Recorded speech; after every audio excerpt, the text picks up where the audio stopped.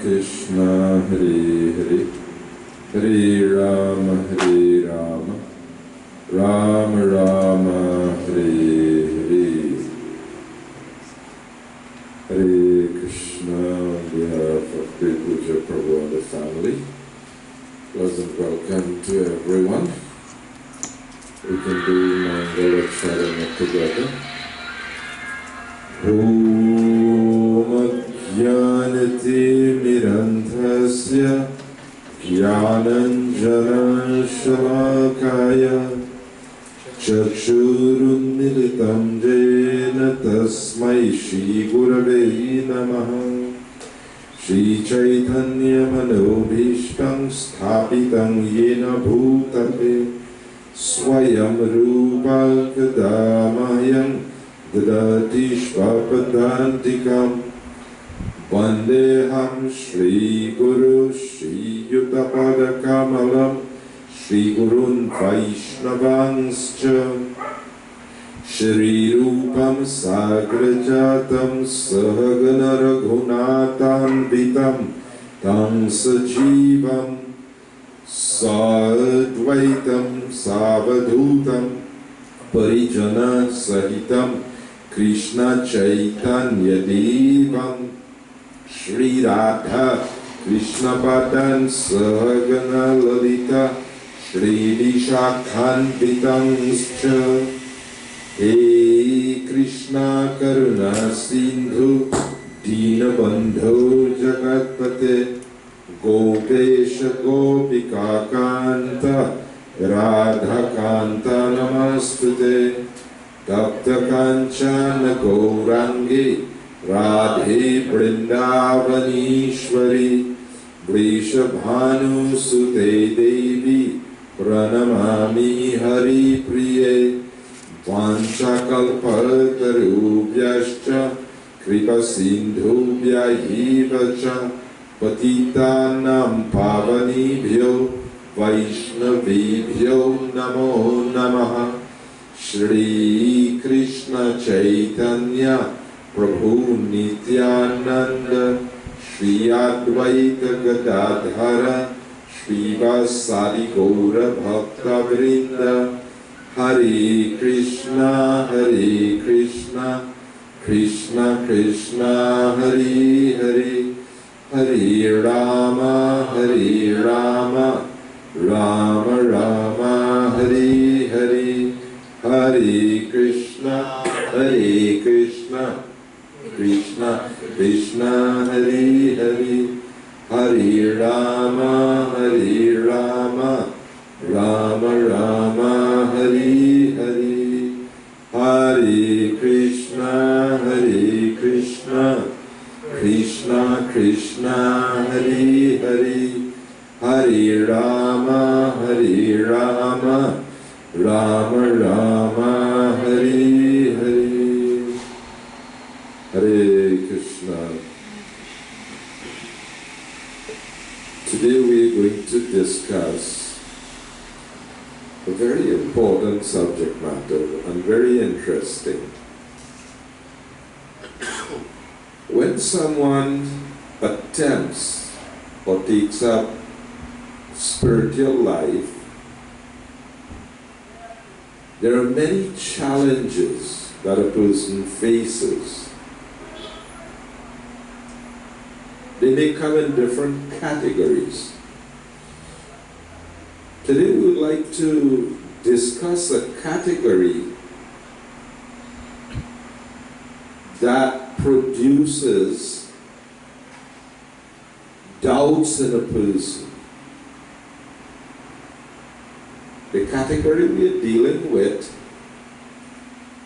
perhaps you're familiar with Hindu scriptures being referred to or termed Hindu mythology. Everybody familiar with that? Hindu mythology. When you go to the puja store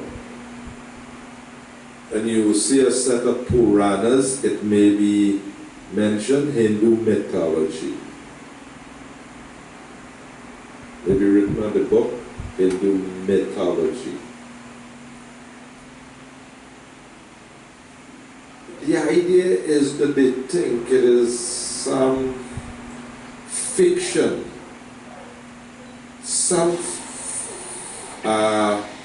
far out stories, fictitious things that are meant to teach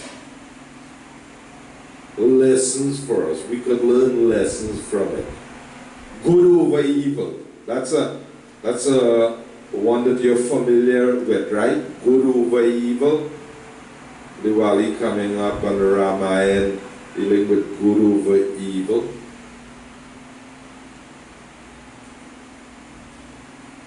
Now, for a lot of people, it don't really matter. You know, whatever stories or whatever things are there,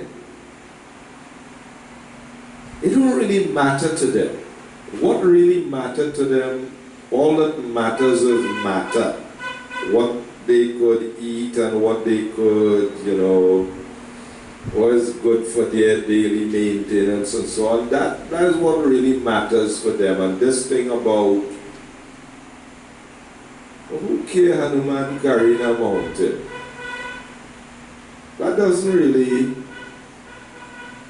matter for them, you know, what is that? And or spaceman, Narad Muni travel. There are many, many descriptions, things that if it is beyond our experience, we don't experience animals speaking or exchanges like that. We don't experience people flying in the sky. Well, some people might say, yeah, I believe in Sukuya. I see Sukuya, I believe in Sukuya. Well, maybe that might help you to develop a little faith in what we're talking about. But our purpose and our intention is to help or give some explanations that would help us to have faith. Because if you categorize important things like the Vedic scriptures as mythology, it's hard to make tangible spiritual progress. Because you're taking something that is real, historical, and just putting it in a category as somebody made up some stories to teach us some moral lessons or to give us some good lessons. And that's not good for spiritual life, because, for example, in Bhagavad Gita, Krishna is saying, chapter 4, text 9, Janma karma chame divyam. That if you understand my janma or my birth in this world, and my karma, my activities, that are divyam, divine. If you know these things in tattvataha, in truth. So we're talking about knowing things in truth and not just I feel, I believe, or they say. That is mythology. That won't do. Because Krishna is saying, if you know these things in tattvataha, the result would be tyaktva deham. At the time of death, when we give up this body, he said, if we know the things in tattvataha, in truth, we'll not take birth again in this world. That's a big thing. We'll be free, we'll be liberated, we'll get free from this big problem, this samsara, this cycle of repeated birth and death. That's the default mode. If you don't get freedom from repeated birth and death, the default mode is like repeated suffering, birth, disease, old age, and death repeatedly. That's not a casual thing. It's not just in a human form. I mean, how about coming back as a goat and everybody watching your hand for Christmas? And they pointed out, that one for sure, that one for New Year's, this one for Christmas. And you being targeted. So, to know things in Tattvataha, in truth, we know you're supposed to learn the truth about things by approaching a guru. But then for a lot of people, even to approach a guru, they say, "Oh, make he better than me. Oh, make that Baba better than me. He didn't go to UE. I'm sure about that. I have a PhD. What a Baba could teach me." So even to approach a guru, we would measure and categorize, calculate. I have a higher IQ than he. So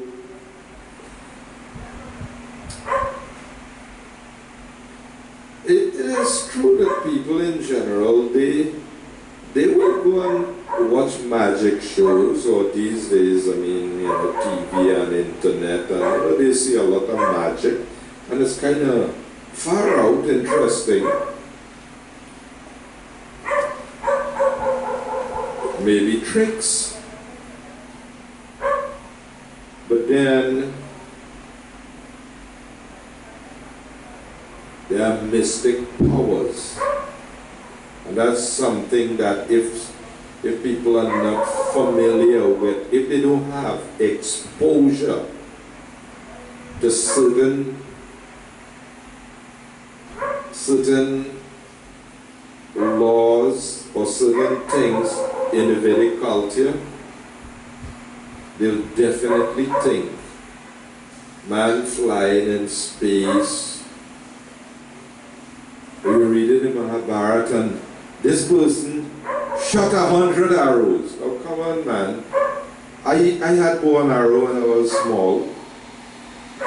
They used to only work with one arrow. I mean, you could try with 2 and 3. You might get through with 2 and 3, but shooting 500 arrows, 1,000 arrows, that had to be some story, man. That can't be for real. Yeah, a thing like that. Or they was fighting in space. They was fighting in outer space. Lakshmana and Indrajit. Or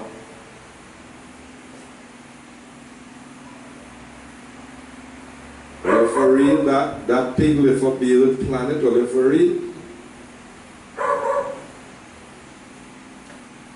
So there's so many things in these scriptures that would just have people put in a category Hindu mythology. And that will be good if you have to defend yourself. There's a Hindu, yeah? Hindu mythology, myth, fiction, something to teach some story. That I don't have to take that burden for trying to justify or explain that as real. Some stories. So, I'm sure for people who are around a long time, they come to a stage where certain things don't matter again. This contradiction or this far out thing, they just accept that. They just accept that because over the years they've developed faith in the Vedic scriptures. They don't doubt it as real. They've come to that stage by years of hearing and explanations and even things that they can't reconcile, they don't doubt it. They have faith in the Vedic scriptures. But for new people who have to take up spiritual life, not everybody is simple-minded. People's mind, people's intellect produces a lot of doubts. It produces a lot of doubts. And Krishna says these things are problems.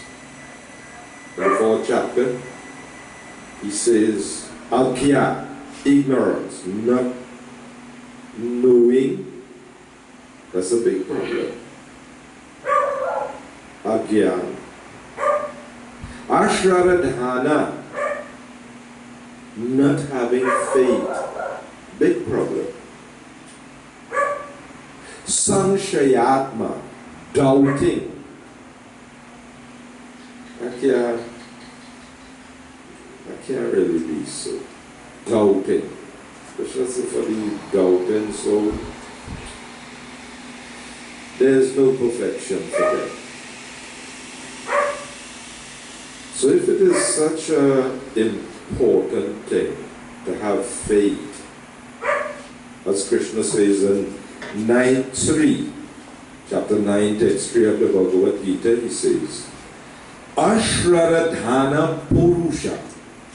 Purusha means persons. Those persons who are ashrada, who don't have faith in what I am saying, Mrityu Samsara Vartmani, they will return to the path of birth and death in this world. I mean, that's a big thing. If you don't have faith, first of all, whether you have faith in Krishna as a person, as he says he is, his existence, and then what he is saying, you'll have to know what he is saying to have faith in it. That's quite a bit. First of all, to accept him that he exists.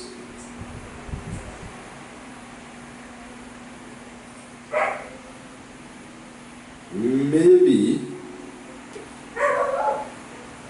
how valid or bona fide knowledge is acquired, it may be good to point out 2 main categories of acquiring knowledge. Or say maybe 3. Pratyaksha means sense perception. I feel this, or I could see this. I acquire knowledge by seeing, I hear. That's a water pump making that noise, right? I didn't see, but I make some guess.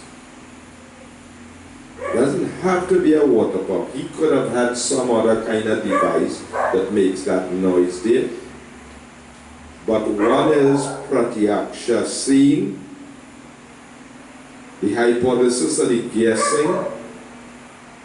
That's another one, anuman. The third is called shabda. Praman means evidence. Shabda praman. Hearing from authority. So this sense perception, the knowledge is very limited. Like what I could know by seeing and experiencing, what I could see and so on. Seeing is believing, some people would say. You have to see to believe. This is seeing is believing. If you confine your knowledge to just what you see, your knowledge will be very, very limited. Somebody will tell you about the Himalayan mountains and you will say, I didn't see that, I never saw that. I don't believe in that. They tell you the sun is a whole big planet there, but the sun appears as big as the plate you're eating. That's what you see. That's your experience of the sun. So this sense perception is limited. But hearing from authority, Shabda Praman, that is described as most authentic. And it's not like that is just like a religious thing. Well, yeah, them religious people, they just close their eye, they have blind faith, they just believe. No, no. That hearing process, it is not only applicable in a religious field. That's a means in epistemology, studying, knowledge, means of acquiring knowledge, and so on. You go to school and they're teaching you some law, Newton's law. Or you could ask the professor, you saw Newton? How you know that is Newton's law and not Boyle's law, Marshall's law, or somebody else's thing? How you know that? You saw Newton? How you know that this is from Einstein and not Franklin Benjamin, or how? You could challenge the professors. But the idea is that these are accepted things. You hear, and you don't question these things, you accept it. Yeah, this is Newton's law. Not everything that, where they teach things, you accept that. So, in broad categories, there's a category of knowledge that is coming from an accepted, perfect source. We accept that God is great, He is supreme. At least for we as devotees, Krishna says, Vedaham samatitani vartamanani charjana bhavishyani cha bhutani mantu vedana kaschana. As the Supreme Lord, I know everything. Past, present, future. I know all things. We accept that. He knows what He is saying. It's like an engineer. He builds something and you want to figure out, what he did. So you want to research that. You want to crack the post to find out what dimension of steel the man used. Well, just ask him. If you ask him, then, he'll tell you, I did this, I did that. So hearing from authority, Shabda Praman, God, Krishna said, Vedaischa sarvaida hameva vedyaha. That by all the Vedas, I am to be known. I am the compiler of the Vedas in his incarnation as Vyasa. And I'm the knower of the Vedanta, the conclusion. I know. So if we accept that there's a perfect source, he knows, and things come down that way, if we can have that faith, and we accept, business fixed. But then there is another process of acquiring knowledge, as we say, with our senses. Empirical analysis, we analyze, we research. That one is called Avaroha Pantha. That part is the descending, it comes from the Supreme. Avaroha. The other one sounds similar, but it is not Avaroha. It is Aroha. Like avatar means one who descends. So Avaroha, the descending. And Aroha is the ascending process where we acquire the knowledge by our experimental observation and so on. So that goes from us, we, ascending, or I like to call it the ass-ending process. Because you don't really get anywhere with that.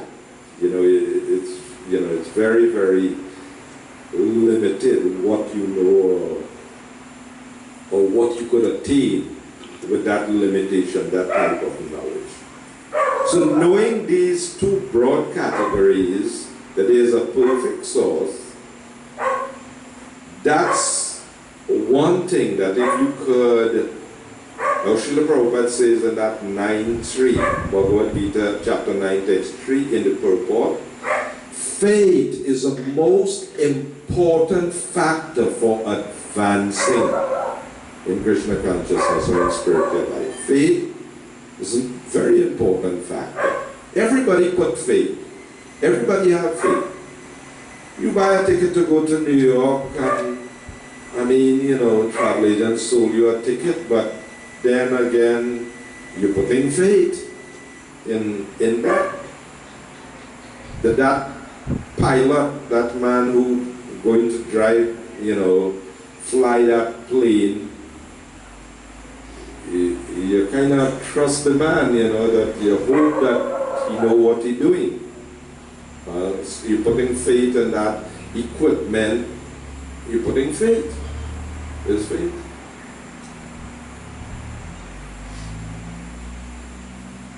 So, having faith is an important thing. So Srila Prabhupada said faith is the most important factor for advancing. Then he said faith is created by association with devotees.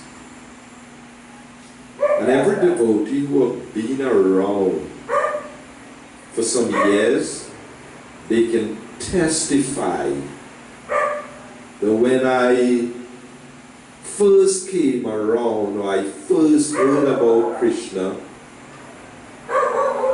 I knew he was the blue one, the one with the flute, right? That's about what you knew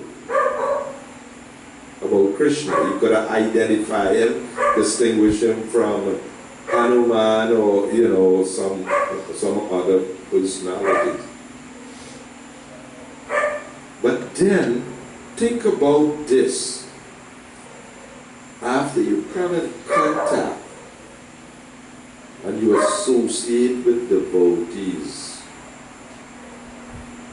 and it's not just physical proximity that does the thing. Association means interaction, hearing. So, when we associate with devotees, our faith increases. And knowledge helps to reinforce faith. Knowledge. For example, when we read about far out things like in the Bhagavatam, there's this yogi, he married a princess. You could imagine, he a yogi in the bush. And an emperor, Swayambhuva Manu, brought his daughter for him. He scratched his head and said, I was really thinking about getting a wife, it's good. He got married. A princess living, with this ascetic and serving, like she had a lot of service to do and she got emaciated, skinny. And then the yogi started to think, poor girl, she come from a luxurious, situation. And let me kind of, reciprocate a little bit. And you know what? He didn't just take she to Tobago. You know what he did? By his mystic power, he created like a city. This aerial mansion, this thing had like lakes, palaces, thousands of servants.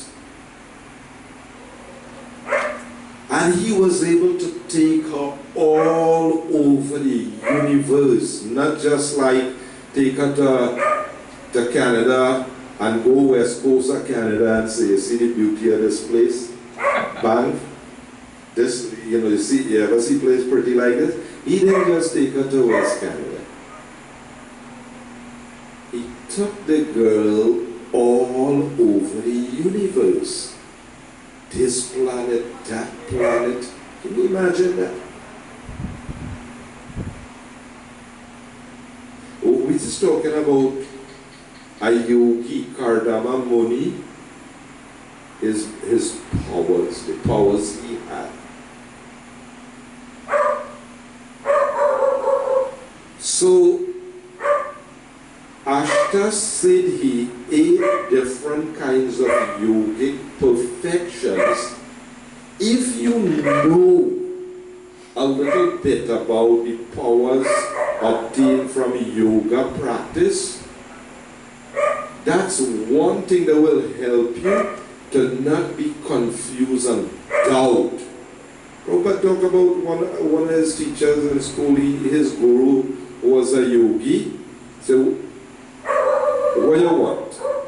And the person say, fresh pomegranate from Afghanistan. And the yogi say, okay, pick it up on the table in the next room. And he went, and those anar or pomegranate is known to be quality the best. It was there. Practice siddhi means you could take things from a distant place. Everybody may be wishing, I wish I had that or I empty that bank vault. Well, that is why people in Kali Yuga they're not bestowed with all these shaktis, all these siddhis in Kali Yuga. Because the consciousness is not on a very virtuous level.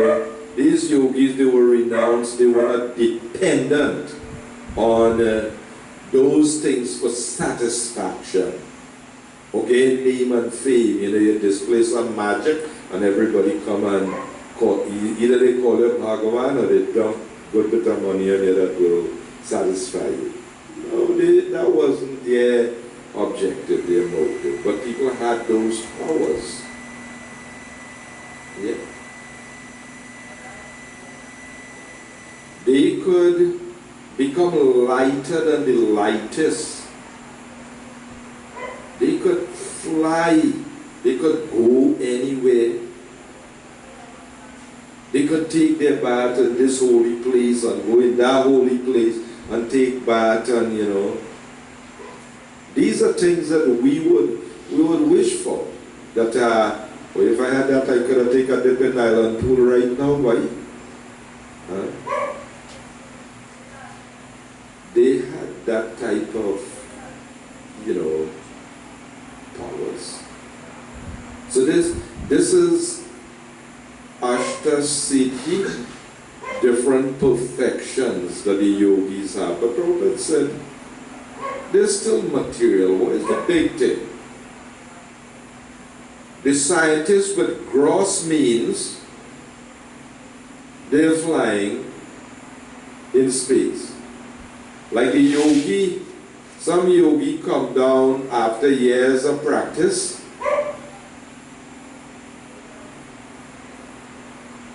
and we had to show walk on water. That's real far out, right?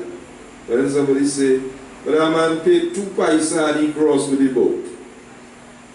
What's the difference? 2 paisa he pay and he get and he just take a ride with a boat and go across. And you spend so much years to get that city to walk on the water. Flying in space, well, people flying with aircraft in space, those things, they're doing it in gross ways. The yogis do it in more subtle ways. So if you know about siddhis and the laws, you won't be bewildered about Indrajit fighting in outer space there, or the chariots flying above the ground. You won't get too confused and bewildered about that, because you know a bit about the laws of nature and how by yoga practice. Similarly, if they say somebody shoot an arrow, 500 arrows, you know it is not just gross, but there is sound vibration. There is mantras that manipulate things. So yes, they may be using a device, a bow and an arrow, but it is not just that gross thing. It is the power of the mantras that makes it more effective than sophisticated missiles that they are launching today. Because with the power of sound vibration, they could do these things. Ashwatthama wasn't the greatest and most virtuous guy. He was the son of a Brahmin, right? He released a Brahmastra weapon. He wanted to put an end to everybody, everybody. Kill out the 5 sleeping sons of Draupadi, and the last descendant, the son of Abhimanyu, was within the womb. In other words, Uttara was pregnant, and this Ashwatthama, he directed a Brahmastra, a weapon, just to kill the child within the womb, not to even kill the mother. Just directed to the child within the womb. That was the type of precision. They dropped some bomb in Hiroshima and Nagasaki, and up to now grass can't grow there. Destroy everything around. Everything clean up. They say with the kind of nuclear weapon they have now, if they drop one in New York, it ain't gonna have no place for you to, you ain't gonna have no E-train to Lefferts, none to Far Rockaway either. It wouldn't have nothing around. Nothing. Yeah. That's the nature of the weapons they have now. But they had precise weapons, just targeting the child, to kill the child within the womb. So the point we're making is that if we know something about laws, subtle laws, siddhis, these yogic perfections. But because we evaluate and measure things, just what we could experience in this age, at this time, with our eyes, and if we don't see those things not within our experience, we can't believe it. So we should know in other ages, a simple thing like duration of life. I mean, if somebody make it over 100 years, they're all over the newspaper and everything. But then, in Satya, people live 100,000 years. That's kind of real far beyond our thinking process. What to speak about when we hear about the lifetime? When we hear about the dear Lord Brahma, we think that so long. When we hear about a sage called Lomasa Rishi, they say Lomasa Rishi had a benediction that when a dear Brahma passed, one hair will fall out from his body. And how long he'll live?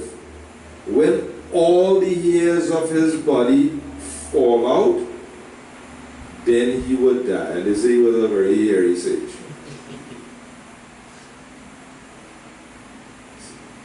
Now, to comprehend his disciple, he was in some trance and some meditation, and some disciples was building, some hermitage, some cottage over him. So he woke up and said, "What are you doing?" I said, "Gurudev, we just building a little shelter to protect you from the element." He said, no, life is temporary and short. Don't worry with that. Just get about with your spiritual practice. Now, he had such a long duration of life. And for him, that wasn't important. That,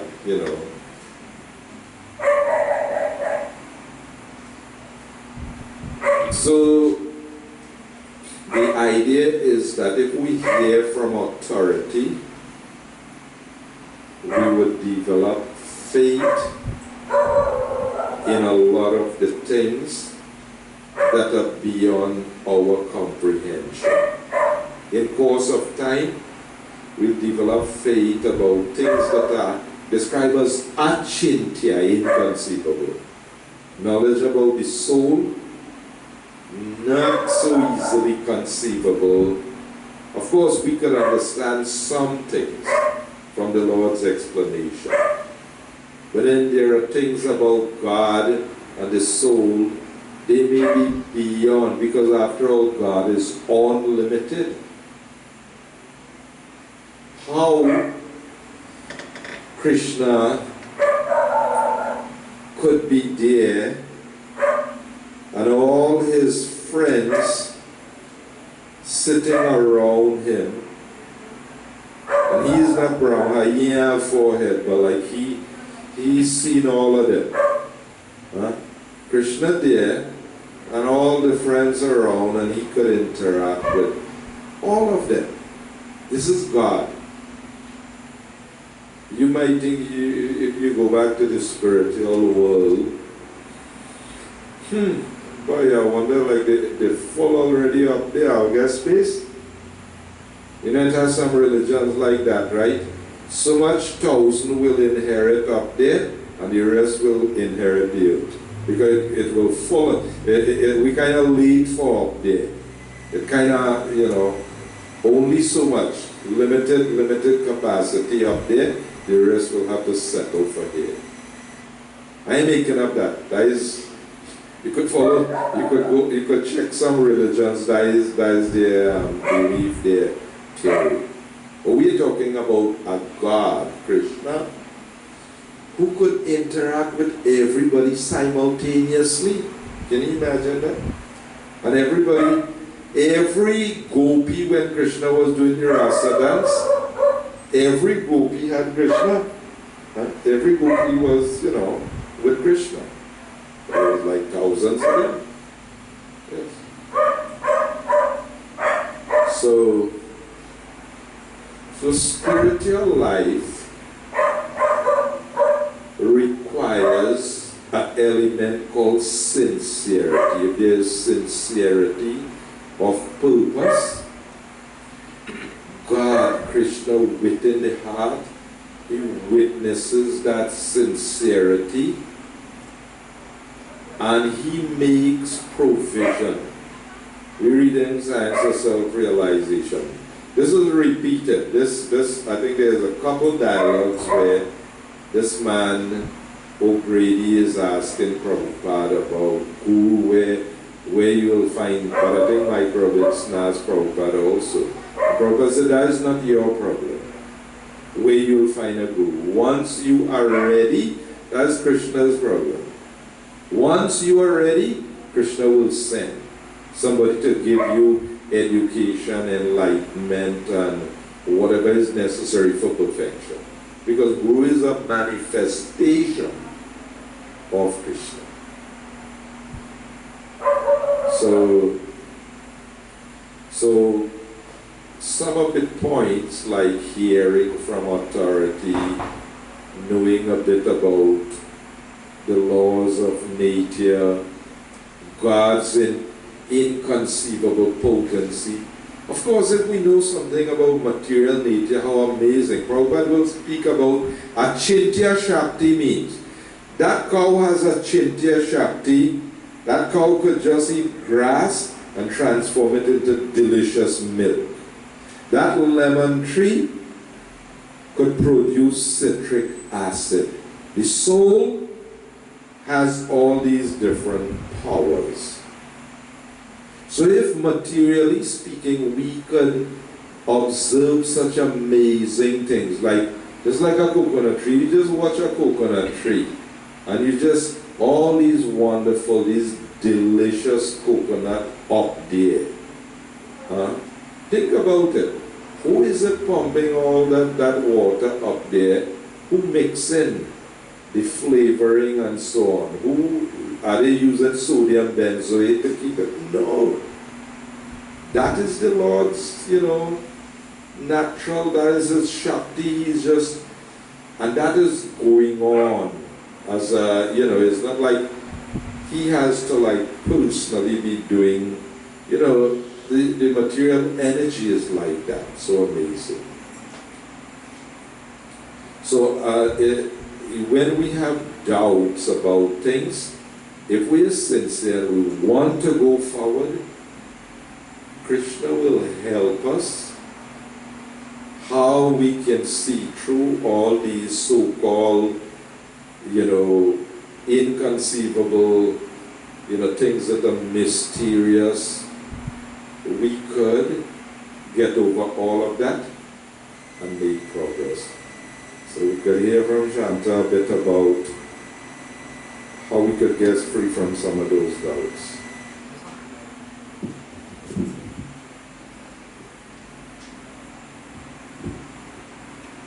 Hare Krishna. As Rajesh Prabhu was speaking about faith, like my mind was in a different place other than what he asked me to speak about. And sort of to tie it in, how we can become free from doubts. If you look at scriptures as a whole, there's these parts that speak about things that challenge our faith. In the sense that, when we hear about the lifespans of certain different entities, different persons, types of personalities living on different planets, it's something we have no experience of because it hasn't been as yet matched by the systems of knowledge we're accustomed with, regular science and so on. But there's enough in scripture to give us a certain amount of faith that we can take a leap to accept these other things also. I'll give you a few examples. One of the things with scriptures is that its message is very consistent over time. For example, thousands of years ago, it was mentioned very clearly that the Earth is a sphere, is round, and the orbit of it is described and so on, like the constitution of the planets and how they're situated and so on. Thousands of years ago, just 500 years ago, 700 years ago, Columbus. What was it? Columbus sailed in 1492. Columbus sailed the ocean blue, right? So, just in the 15th century, they thought if you went a certain distance off, then you'll fall off. And Columbus tested that. An interesting piece of trivia in the second canto of Bhagavatam. Like Prabhupada makes the point that the only reason Columbus was able to successfully sail around the earth and make his contributions was because of his previous contact with devotional service. Quite an interesting thing Prabhupada said. But, so 500 years ago, 600 years ago, they thought the earth was flat. But thousands of years ago, movements of the planets that a very minute degree were being described. The earth itself was being described as Bhugol, which means round, sphere, ball. Another point that comes to mind is there's a certain degree of sophistication in the science that is given in the Vedas. In the science of astrology and of planetary movements. Even mathematics within the Vedas were very sophisticated, and you had great sages like Aryabhatta and other great persons. They were calculating, so very sophisticated things before that became a thing. Proved by Western science. It was there, given in the Vedas. Planetary distances were also given in some sections of the Vedas. Even apart from all that, another point that was given is that the future predictions were made. 5,000 years ago, the Bhagavatam was spoken and very clearly described the advent of Gautama Buddha. And precise who his parents would be, where he would appear in Bihar and so on, what his activities would be, what he would do, what his contribution to world history would be. All that was described in very precise detail. So there's many reasons that are given in scriptures that give us that level of faith. One of the experiences I had is that I found that all these things were very practical. Like when we speak about even subtle sciences, like the science of the soul, my experience was that this thing is very, very practical. It is a very practical thing, and these things are being even proven by modern science now, through past life memories, through out-of-body experiences. Was it Ian Stevenson? And there's another one.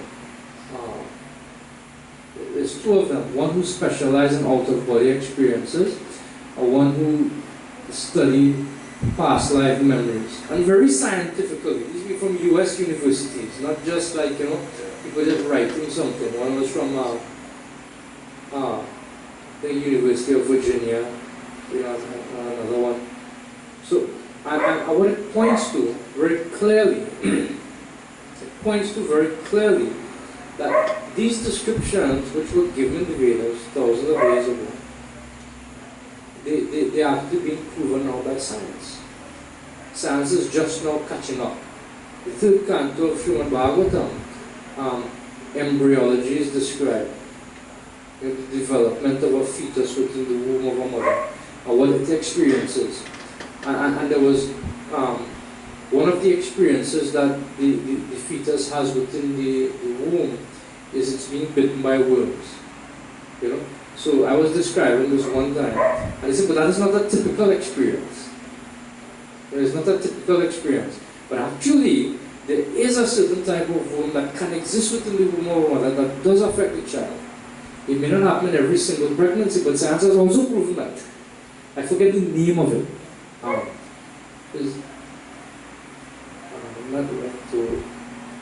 can't remember the name of it. That particular type of womb that affects the fetus within the womb. And science is just not describing that. It's not typical to every pregnancy. But it happens. It happens.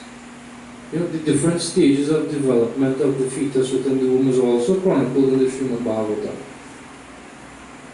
So there's so much within the scriptures that we can stand on. So it's not a blind leap of faith. It's a leap of faith with a very sizable parachute. That when we jump off, it is not just blindly accepting something. It is, you know, like the faith we have in Scripture is not a blind faith, it's a very rational faith. It's based on sound rationale. And another point is that there's also future predictions given. So predictions that were given that already we saw in terms of personality, and predictions that were given that about the situation of the world. Many of those are actually coming to pass right now. The state of chaos we experience in the world, the general tendencies of men, you know, the way persons relate with each other. One of the things Bhagavatam says in the 12th canto is friendship will be determined based on sexual union. Something just like that. Just based on that. You know, the beauty of somebody will be considered just by their hair. You know, and so much effort would go into that, just on this physical beauty. The duration of men will go down. The duration of lives will decrease, and we see that. If somebody lives to 70 now, in many cases you say, wow, so many different types of diseases are coming. You know? So all these indications will be very, very specific, not general, but some very, very specific. Therefore, when we have the opportunity to develop that rational type of faith, it is not difficult for us to have that sublime faith in things that we cannot experience. You know, if we say scriptures are the word of God, it's very rational. If so many rational ideas are given within the scriptures, but this is that was given by God. That requires a bit of a leap. It requires us to stretch out of our comfort zone to a certain extent. But when we see that there's all this rational basis, and we have that strong foundation, then based on that rationale, we can step out. So we can take that leap. And therefore, one of the most important ways to develop faith in Scripture is to associate with those persons who can present things in a very thoughtful and logical way. Sometimes when persons have doubts, they tend to be criticized. You dare doubt the Bible, you dare doubt the Quran, or how you could doubt the Bhagavad Gita. But when a person, when their doubt is met with substantial reasoning on the other side, and their doubt is addressed, because doubt is often a sign of intelligence, not foolishness. When somebody doubts something, oftentimes it's based on something. I doubt this because it doesn't sit well with my experience. I have this experience, but what you are saying doesn't sit well with my experience. How can these two be, reconciled?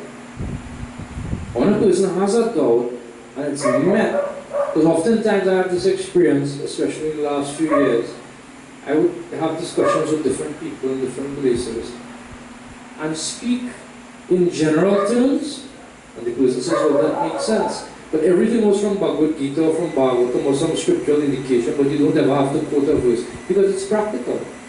It's very, very practical. When a person's doubt is addressed in a very sincere, in a very rational way, then they no longer have that doubt. They have to go further in their spiritual journey. So when we come in contact with those people who can address doubts that we have, it helps us to become more soundly rooted in faith. First in rational faith, and then when we become sufficiently experienced, then our faith can become more sublime. So those were some thoughts I had on how to develop faith. Hare Krishna. Before we end, Raj wanted to add something. Yeah, listen.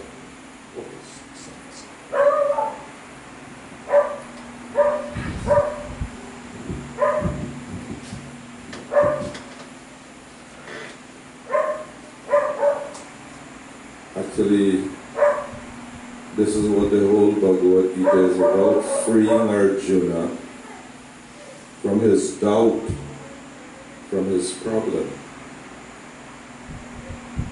Due to ignorance, he is in a confused state.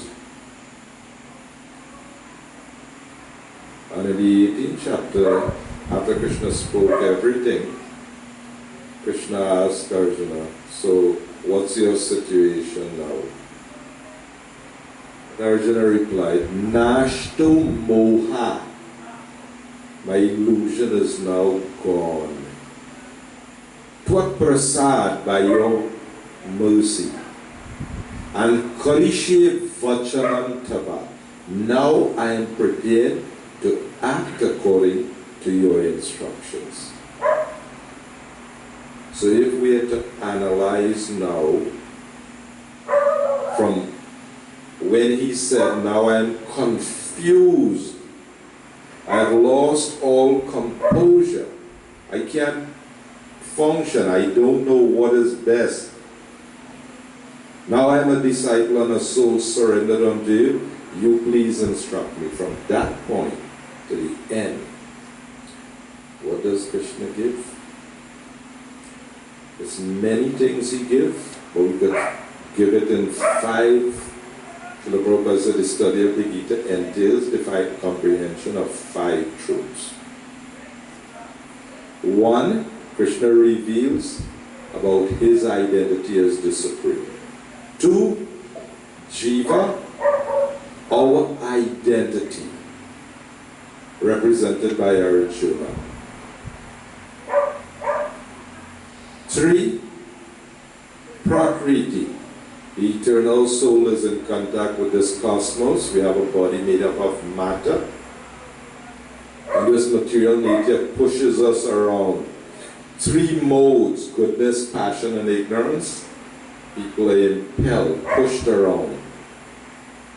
And therefore, having a body made up of matter, various types of bodies, various types of impulses, they perform karma, action. And all activities, 5, is done in kala or time. Past, present, and future. What we did in the past result in the present situation. What we do now will determine the future. If we understand these 5 subjects and how they're interconnected, we become enlightened. Again, we give the example. Ignorance is like in the night, the place is pitch dark, there's no lights, the place is completely dark. You can't see yourself, you can't see anything, you can't see anybody. That's what ignorance is like. But then when the sun rises, you see the sun, you see yourself, you see everyone else, and you see everything clearly. So Krishna Surya Sama Maya Hayandakaya. Krishna is like the sun. So when we know God, we know everything within existence, because everything comes from Him. And He gives information. He says, Arjun, I'm telling you everything. Knowing this, there shall be nothing further to be known. That's the standard of knowledge He gives. So,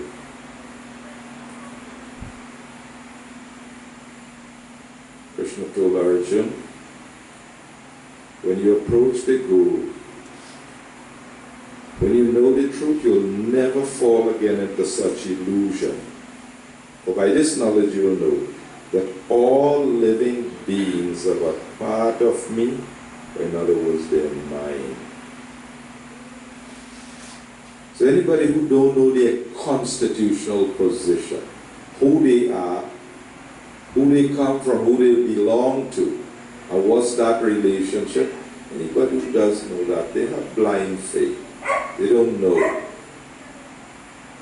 So knowing one's constitutional position and one's conditional state of existence in this world, one's changing situation, but knowing one's constitutional position, person will be enlightened.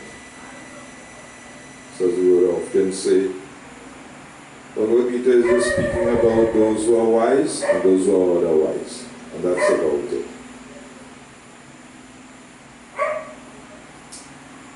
Okay, so we could conclude. Anybody have any questions, any comments, anything before we do our final kirtan? Prabhu, I wanted to ask something. Yeah. Recently, my daughter and I were watching this movie called Bucket List. People might know the movie Bucket List.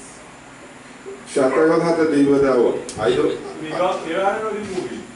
The movie had two famous characters, Morgan Freeman and Jack Nicholson. But they are in India because they're traveling all over the world. They are about to kick the bucket.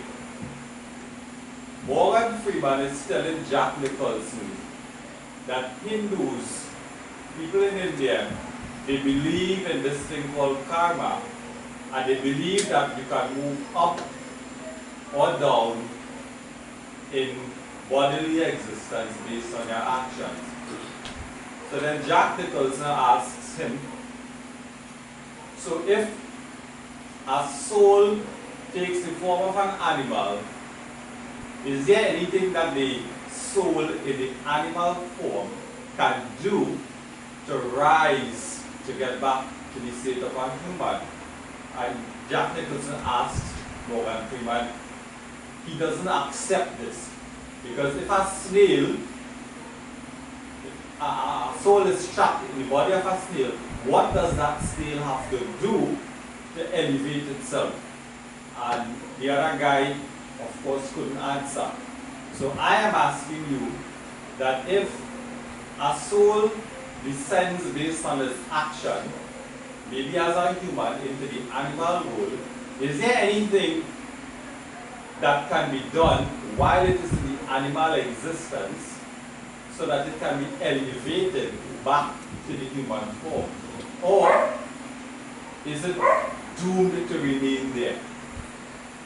Doesn't have to do anything there to elevate. Why? Because there is already a perfect evolutionary scale that by automatic evolution from that species you go to a higher species, then you come again to the human form with developed intellect, and you have all the facilities of Guru, Sadhu and Shastra, the necessity for you to get out. So when you go there to exhaust propensities. When you're given those lower bodies, it is because you have various propensities. The bodies are just like vehicles. You get different vehicles to serve different purposes. You want to go in space, you get an aircraft. You want to go on the water, you get a boat.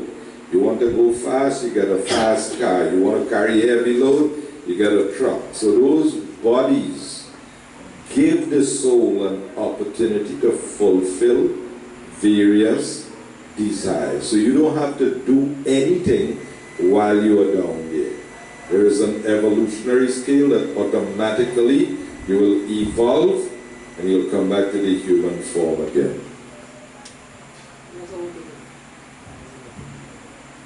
That doesn't that good enough. Yeah. Anybody?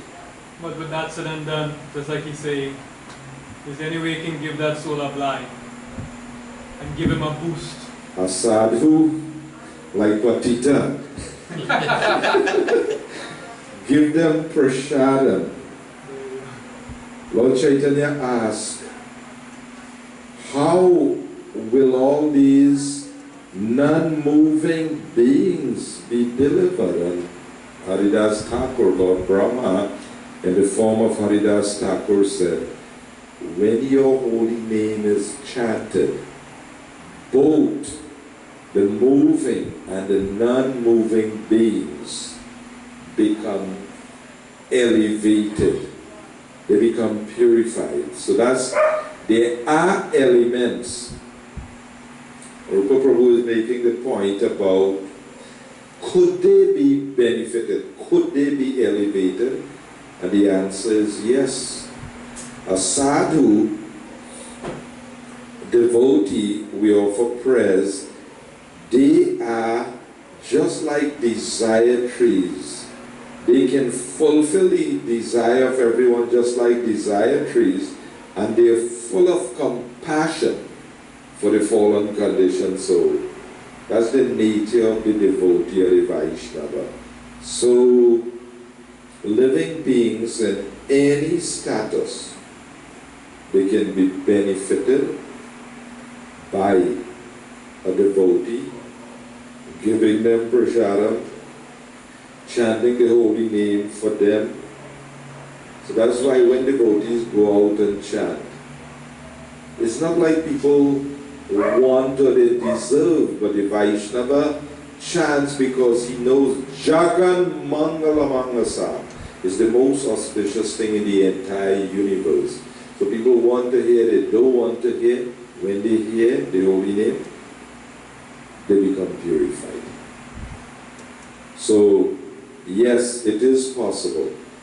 When we pick the flowers and offer to the Lord, those trees become elevated. When we pick the fruits and offer to the Lord, those trees become elevated. When we take the milk from the cow and offer it to the Lord, those living entities are elevated. That's the touch of the Vaishnava in the whole scenario. Because he acts in an enlightened way, he can benefit all beings. So Chaitanya Mahaprabhu was asked about the duty of a Vaishnava, a devotee. And he said, Namaruchi cultivates the chanting of the holy name. Vaishnava Seva, he renders service to Vaishnava. And Jiva Daya, he shows mercy, he shows compassion to the souls in general. So devotees are always very conscientious about the living beings in those conditioned state and how to give them mercy also by chanting for them,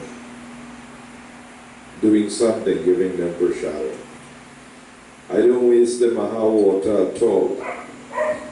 Different trees, and then I realized I used to favor that Zabuka tree so much water and all that Maha water, and then he dead. I say, but like, he just take it seriously and got liberated.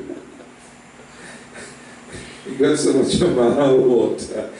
He said, what is he use waiting to deliver food? He just went there. Anyway, that's the devotees' awareness, always giving living beings, elevating them. Okay?